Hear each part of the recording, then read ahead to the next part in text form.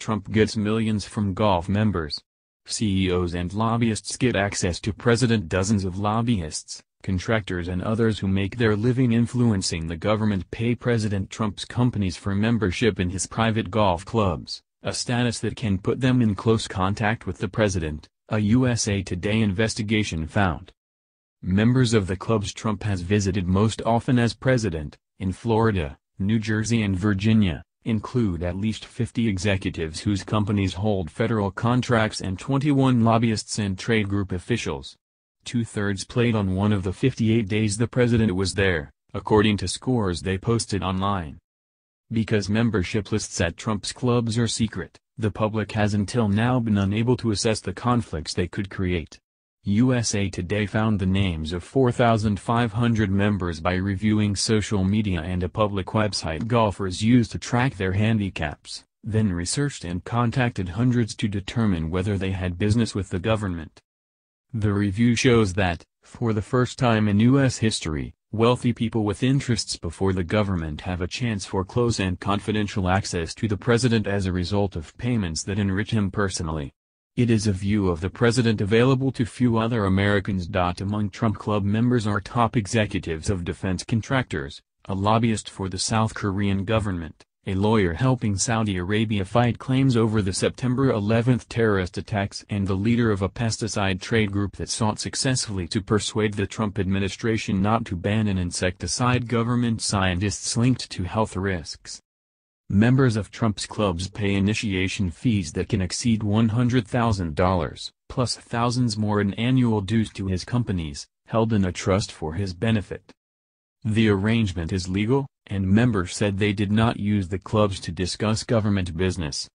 Nonetheless, ethics experts questioned whether it's appropriate for a sitting president to collect money from lobbyists and others who spend their days trying to shape federal policy or win government business. "I think we're all in new territory," said Walter Shaub, who recently resigned as director of the Office of Government Ethics after repeated clashes with the White House. "We never thought we'd see anyone push the outer limits in this way." Citing privacy and national security, the White House has moved to keep secret the president's interactions. Unlike the Obama administration, the Trump White House does not disclose the president's golf partners, or whether he played. The Trump team also ended an Obama administration practice of releasing White House visitor logs. In July, a federal court ordered the government to release visitor records from Trump's Mar-a-Lago resort in Palm Beach, Florida, to a watchdog group. The deadline is Friday. Trump's U.S. golf clubs are among the most lucrative outposts in his empire, bringing in about $600 million in 2015 and 2016. According to his financial disclosure reports. It is unknown how much of that is profit because, unlike other recent presidents, Trump has not released his tax returns. Some members find themselves in close proximity to a president who has visited his golf clubs on about a quarter of the days that he has been in office. Many describe Trump as surprisingly approachable, welcoming advice on everything from the state of the tee boxes to the course of his administration. Trump marked his 100th day in office by visiting a factory owned by a company run by a member of his New Jersey golf club. Standing behind Trump as he signed two executive orders was Robert Memel, president of the company that owns the Harrisburg, PA, factory and another company that sells radars and electronics to the military, including about $54 million worth of contracts last year. Like millions of golfers, Memel registered his handicap on a public U.S. Golf Association website that golfers use to track their handicaps and check the scores of other players. The site requires golfers to sign up through a club and lists when and where they played. Only members are allowed to associate their handicaps with Trump's clubs, said Kyle Littlefield, a pro at Trump National Golf Club Bedminster. Memel registered his handicap there. He posted scores from 7 rounds of golf at the club this year. 5 were in days in May, June and August when Trump was visiting. Memel did not respond to phone calls or emails. The White House and Trump's companies did not respond to questions about members' access to the president. At the clubs Trump visits most often, the list of members reflects a cross-section of wealthy suburbanites, corporate executives, investment bankers, real estate agents, doctors, and their families. The list includes dozens of people who either seek to influence the federal government or sell it things. It includes the chief executives of defense and technology contractors, the head of the Dell unit that sells information technology services to the federal government, the chief of a trade group representing rural utilities, and lobbyists who represent energy companies and foreign governments. One lobbyist for U.S. and Canadian airports mentioned his membership to Trump at a White House meeting in February. "I'm a member of your club, by the way," Kevin Burke said, in an exchange captured by C-SPAN. Very good," Trump replied. Other club members work in industries closely regulated by the federal government, including the CEO of pharmaceutical maker Allergan and the chairman of the Estée Lauder Cosmetics empire. Trump has long afforded his clubs, and their members, a unique status. Before he took office, Trump told guests at a dinner at his Bedminster club that they were the special people and joked they might want to come along as his team interviewed potential cabinet secretaries.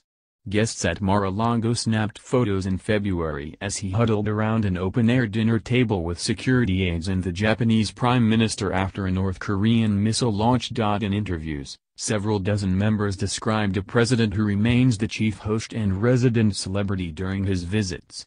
He speeds through 18 holes of golf, then lingers in the club's restaurants and seldom refuses to shake a hand or pose for a photo, sometimes snapped by his Secret Service detail. Senior aides regularly accompany him. Advice flows freely. Access to this president has been different than it has been in the past, and everybody thinks they have an opportunity to provide information that could be helpful to the country, said Ed Russo, a longtime member of the Bedminster Club who has worked as an environmental consultant for several of Trump's courses. Others said the club was merely a place to play. "I've done zero business.